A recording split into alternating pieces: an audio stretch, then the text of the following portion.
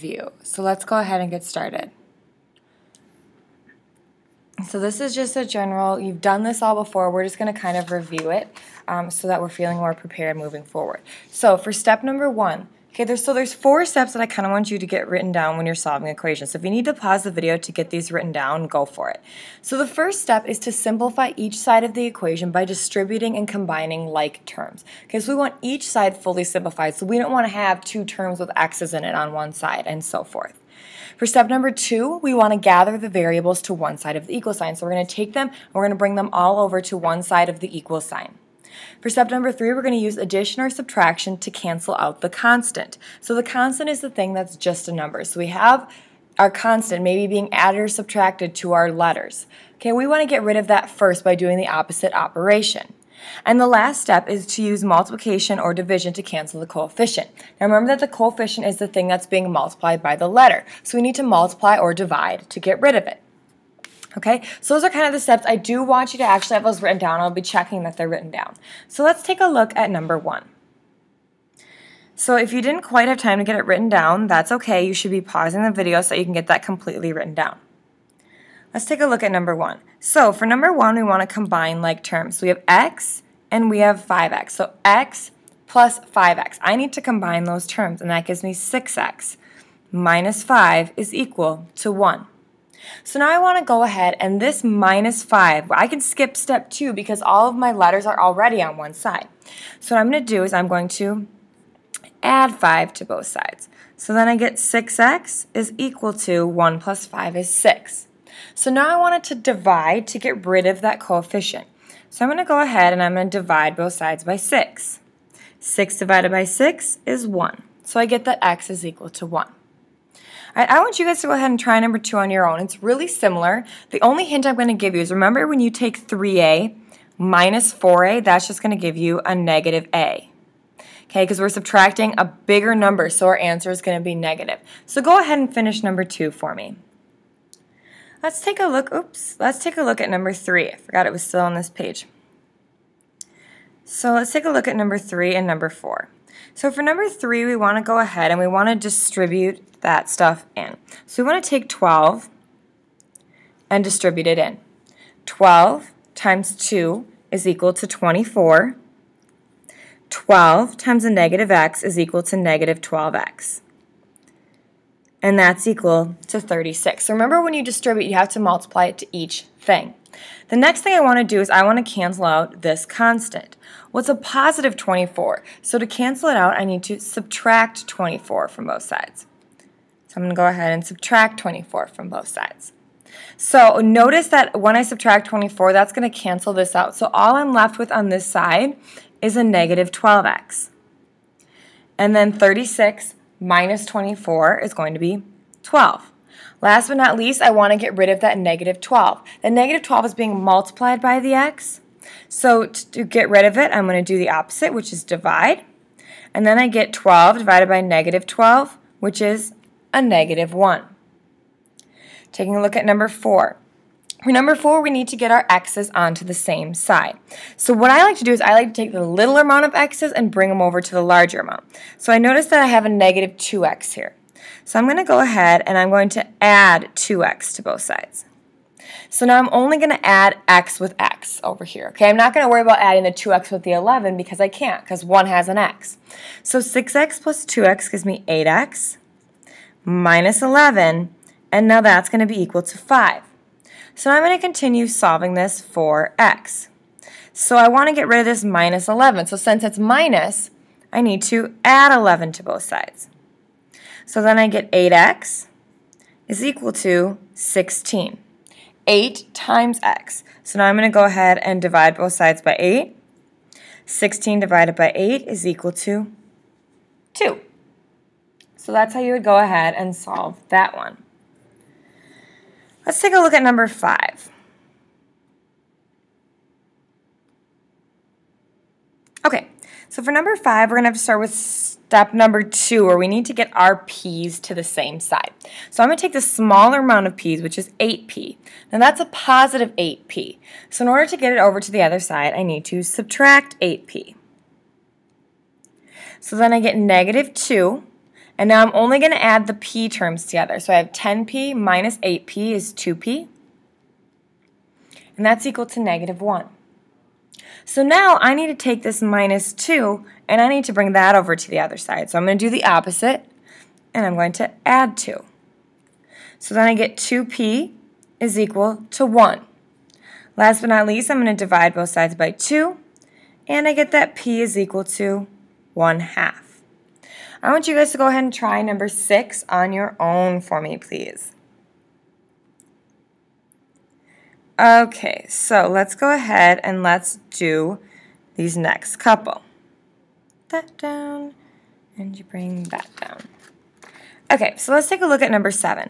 So for number 7, we have to start by simplifying both sides. So I'm going to go ahead and do that. So I'm going to start by distributing in the 5. Now I'm just distributing the 5 into the parentheses part. I'm not distributing it to anything after the parentheses. So I have 2m plus 5 is equal to, now I'm going to do 5 times m, which is 5m. 5 times negative 7 is negative 35. And then I'm going to still have that minus 3m that I need to subtract. So now this is where I'm going on to step number 2, which is I'm still not done with step number 1. I have to still simplify both sides, getting ahead of myself. So I can keep the 2m plus 5, but I need to combine these m's. So I have 5m minus 3m is 2m minus 35. So now I need to get my m's to both sides. So I'm going to subtract 2m. Well, what happens here is those 2m's cancel out, and I'm left with 5 is equal to negative 35. Well, guess what? That's never going to happen. 5 is never going to equal 35. So because my m's canceled out, there's no solution to that problem. Okay, it's not going to work. Let's take a look at number 8. So for number 8, I want to start by distributing in the 3. So 3 times r is 3r. 3 times 1 is 3. Minus 5 is equal to 3r minus 2. So let's go ahead and continue simplifying. So I'm going to do 3r, and then 3 minus 5 is going to be a negative 2 is equal to 3r minus 2. So now I want to bring my r's to the same side. So I'm going to go ahead and I'm going to subtract 3r here. Well, here, 3r minus 3r is going to cancel out. And then I'm left with negative 2 is equal to negative 2. Well, that's always going to be true. If something is always true, that means there's infinitely many solutions, or as we sometimes write, IMS, to make it easier. All right, let's look at a couple more of these.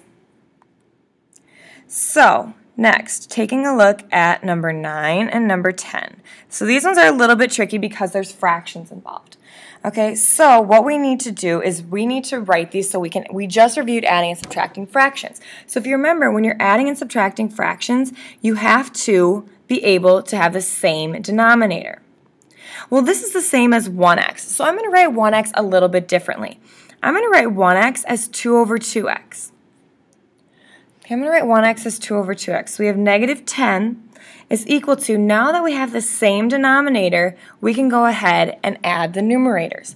1 plus 2 is 3 over 2, and that's being multiplied by x. Now, in order to cancel out a fraction, we have to multiply by the reciprocal, which is the fraction flipped over. So I'm going to multiply this times 2 over 3.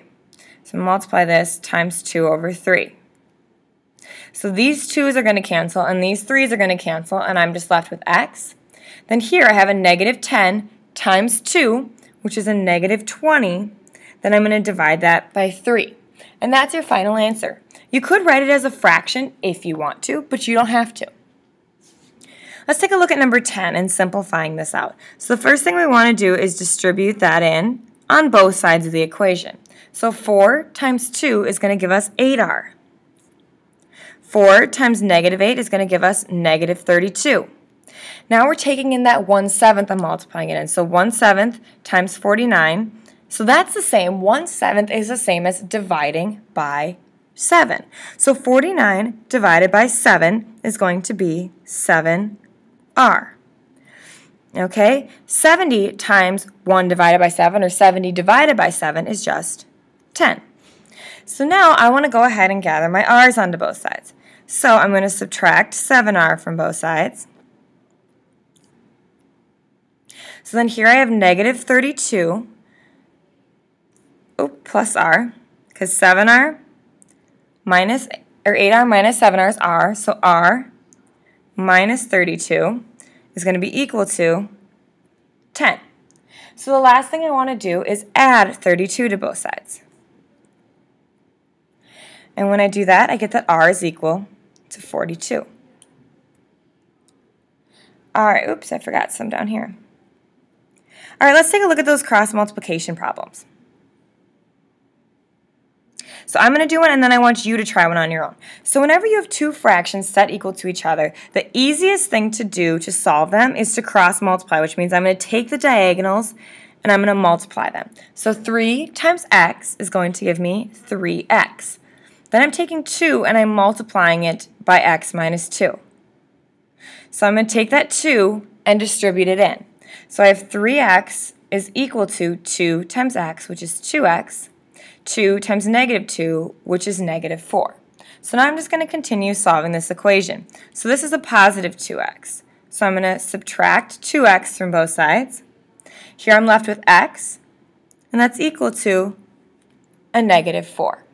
So I want you guys to go to number 12 on your own. So you're going to do some cross multiplying. So you're going to do 5 times x plus 2 is equal to 6 times 3. So go ahead and solve that equation for me.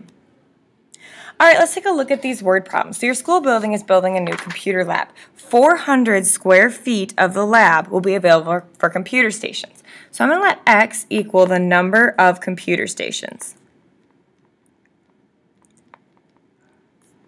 Okay. Alright, and then each station requires 20 feet. So for every x computer station I have, there's 20 feet of space. And all of that needs to occupy 400 square feet. So now all I have to do is solve this for x. So I'm going to divide both sides by 20. So then I get that x is equal to 400 divided by 20, which is 20. And it's a word problem, so I want to label it computer stations. Okay. Alright, one last problem here. I'm going to get it set up, then I want you to solve it. So, Hugo was buying water skis that are on sale for 2/3 of the original price. Okay, 2/3 of the original price. After he used a $25 gift card, so we're taking off $25, the total cost before taxes is $115. What was the original price of the skis? So I'll help you write that equation. So I'm going to let x equal the original price. Okay, so we have x amount of dollars. 2/3 of that is the sale. But after the sale, we took off a $25 gift card, and that was equal to $115. So I want you guys to go to solve this. So get this 25 over to the other side. And remember, to get rid of a fraction, you multiply by the reciprocal. In this case, the reciprocal is 3/2. Thanks for listening, and show me your note sheet when you're done.